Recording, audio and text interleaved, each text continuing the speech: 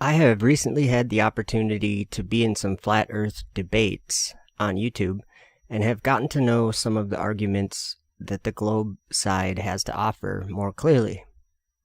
I hope that I can now offer some better explanation of some of the differences between both sides of the debate. I do see some things that need to be looked at closer to understand what the globe side is making claims about. In this video, I want to make some points about the stars, their rotation in the sky, and also some claims being used to debate that the Earth is a globe that I see to be untrue. So this video will be about equatorial mounts for telescopes, the North Star, and the southern center of rotation of the stars. The globe side of the debate has no problem acknowledging that from the Earth, the stars and sun and moon and sky appear to be moving over the Earth, turning in a perfect circle around the North Star Polaris.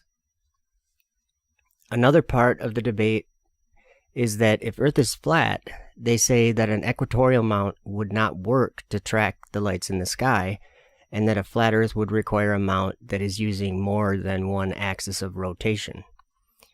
Here is Red's Rhetoric explaining this part of the debate on Fight the Flat Earth's channel, who was kind enough to invite me to debate there. Okay. So basically the globe proof is going to be what it was last time. I'm going to start with an equatorial telescope mount. Okay. If you are trying to get long exposure shots of, nebulae or the stars or whatever, you want to use an equatorial mount. An equatorial mount is great because it corrects for field rotation by only having to rotate one axis. However, in order for that to work, you need to align that axis with the axis of the Earth. And guess what?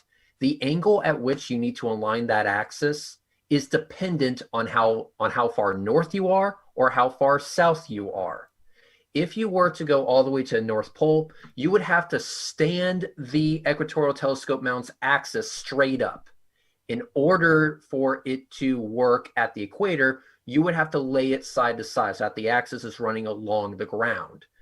Now, if you know the distance and the angle at which you need to turn, you would see that it actually gives you a really good value for not only the shape of the Earth, which is round, but also the size of the round Earth. If you were to model an equatorial telescope mount working on a globe, it works perfectly. It only has to rotate one axis in order to stay focused on stars. However, if you try to model that same equatorial telescope mount moving on a flat Earth to track any object in the sky, whether it's attached to a dome or not, that I might add, it will have to move both axes that telescope mount has available to it. It is impossible to keep anything in the view of that telescope while rotating only one axis. This is something that literally anyone can do if you have an equatorial telescope mount and if you're willing to travel. Notice in the animation that Reds was playing that it showed the equatorial mounted telescope moving to the bottom of the globe to Antarctica. Is Antarctica an island like this animation shows? Well, let me say this. If Google Earth was accurate, and if Antarctica is a place as depicted on Google Earth and in Red's animation, then why does it look like this at the South Pole? If Antarctica was an actual island and there was an actual South Pole or a southern axis of rotation of the Earth, we would not be limited to sewn together images of this place. I live in Minnesota, so the equatorial mount has to be pointed at Polaris, which only makes sense, which is the center of the rotation of the sky. Where I live, it is about 45 degrees. If I was to travel north, Polaris would appear to get higher in the sky, and if I travel south, it would appear to get lower in the sky until I reached the equator, and it would be about at the horizon. I agree with Reds on these points. but I didn't think that I had to explain why Polaris is at different angles from different locations. If you roll a bowling ball on the ground, it will appear to go up towards the horizon until its angular size is too small or it goes behind something that blocks it. The sky is just the opposite way. If a jet is flying away from you, it will appear to go down towards the horizon until its angular size is too small or something blocks it. Nothing about this says anything about the radius of the Earth. That is a circular assumption that you're making. Next, I do use an equatorial mount with one axis pointed at Polaris. The stars do a circle around Polaris every day, every 24 hours. So this is just simple geometry. I can track any star in the night sky by pointing the base of my equatorial mount at Polaris. This is because anyone that can see Polaris can do the same. Here are star trails from Florida taken by Nathan Thompson. In Georgia, the star is always visible through this hole in the Georgia Guidestones. This is also by Nathan Thompson. And here are star trails taken from Minnesota by me. It works this way, anywhere you can see Polaris from. So you only need one axis. Reds was showing some footage of Astronomy Live's telescope on an equatorial mount, following the stars to do a long exposure image. And it was only on one axis. Well, that's exactly what I do here in Minnesota. That is because geometrically, every star is doing a circle around Polaris. A circle is a shape consisting of all points in a plane that are at a given distance from a given point, which is the center. And in this real life application, we are using Polaris to be the center of the stars, and they are in motion around Polaris in a circle orbit. So with all the talk about the motion of the stars, why does Red say that the stars are not moving and that is the Earth that is moving? That's why I'm saying that it's circular. And the stars go in circles. I have this thing, they're called standards, and unfortunately the Bible does not meet them. And what about observations that you have a P1000? Take your P1000 and put it on the star trail thing and put it outside and tell me if the stars were moving or if your camera was moving. Again, if we were to look at the sky on a merry-go-round, I would see the same exact effect. But how about just in reality with your camera? But in that Forget time, the merry-go-round part. No, I'm not going to forget the merry-go-round part, because it's an example of what we are seeing. Just because the stars rotate around a celestial point, that doesn't mean we are still. Okay, but and that's an opinion. That's a statement of fact. That's something that we can demonstrate by simply going to the park and finding a merry-go-round and testing it for ourselves. Well, yeah, we can do a merry-go-round game, but we're not on a merry-go-round. No, you get what I'm saying? We're on the Earth, and like a merry-go-round. Every perception that and sense that your body has tells you that it is completely stationary and solid as a rock, like it always has been. And what I'm not trying to argue with your point, because you have your gyroscope and you have the other things that you brought up. That the sensory perception isn't perfect. Sensory perception is flawed. You make flawed judgments based on your perception constantly, so it is foolish to rely on them to that degree. Okay, and then I'll be done with this not this conversation, but this part of the question or the conversation or whatever by just saying this, that you're able to ignore the sky turning above your head because you have a concept idea that the ground is turning. Every example that I gave included the sky turning. I'm not ignoring it. You're just not accepting my answer. No, I'm accepting your answer. I'm not saying that you're wrong or something. I'm saying that you are able to ignore your own flawed perceptions in order to.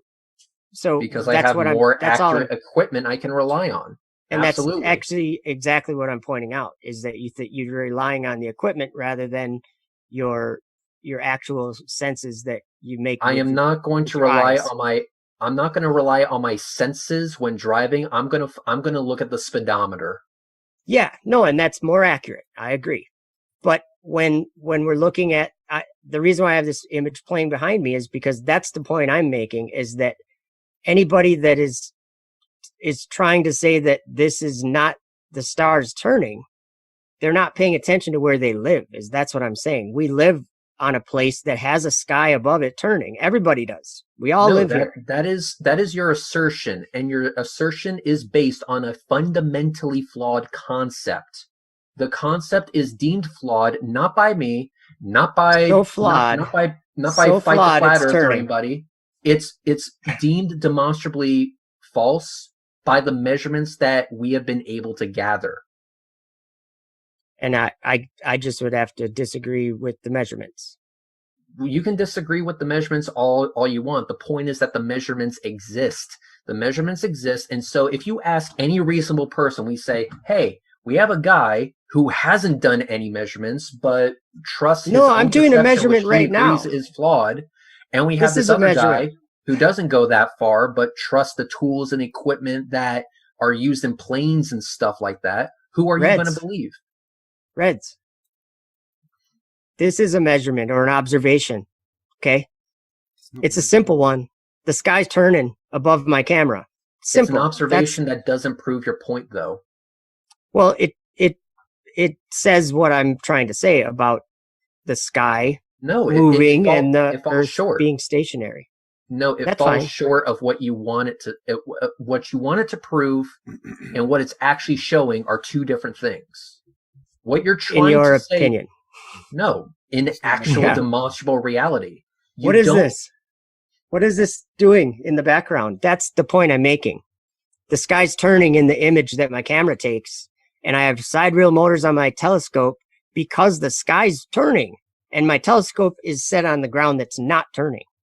That's the whole point I'm making. The sky could be stationary, and the Earth could be turning with your camera still attached to the Earth, and it would still make that view. But why would you choose that if the reality is that the camera's not moving? Like, I mean, because in reality, go put something in the backyard and the camera is moving. In reality, we have measurements to show that the camera is moving, and I choose not to ignore parts of reality that are inconvenient to the. You're gonna ignore the sky turning above your camera, just so that you can say, "Oh, I'm intellectually have beber information than that." So, and you're saying not once did I ignore your image. You're able to say that you don't live on the Earth, or what? I don't get it. No, I didn't. I'm not. Now you're just putting words in my mouth. I said your image does not demonstrate what you want it to demonstrate. You're saying if you're saying I'm ignoring your image, then I'm saying you're ignoring the physical measurements that we have done in reality that you yourself occupy that shows that we are the ones actually rotating, not the sky. And I don't think that those are precise ways to measure certain things. You have a better way of doing it? I'm all ears. Sorry, yeah, I'm sitting in this room right now that's not moving. That's the whole point I'm making. The sky's turning above my house right now. There's stars. They are moving above my house right now. So basically, I kind of have to show what a measurement is, right?